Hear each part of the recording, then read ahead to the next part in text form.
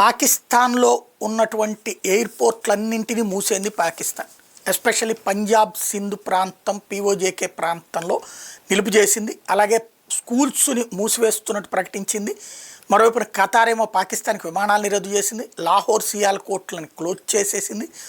టోటల్గా ఆ పూంచ్, రాంజౌరి, మేందార్, కుప్వారా ఆ ప్రాంతాల్లో ఓ పక్కన కాల్పులు జరుగుతున్నాయి. వైద్య సిబ్బంది సెలవులు రద్దు చేసింది.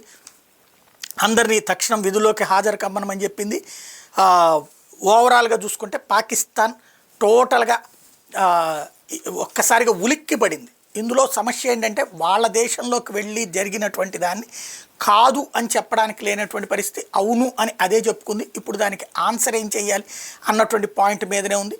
ఉగ్ర శిబిరాలు కాదు, సాధారణ ప్రజలు చనిపోయారని చెప్పడానికి వీలు లేదు. తమకి సంబంధించినటువంటి ఆస్తులు ధ్వంసం చేశారంటే అంటే ఉగ్రవాద శిబిరాలే మీది ఆస్తులా అంటారు.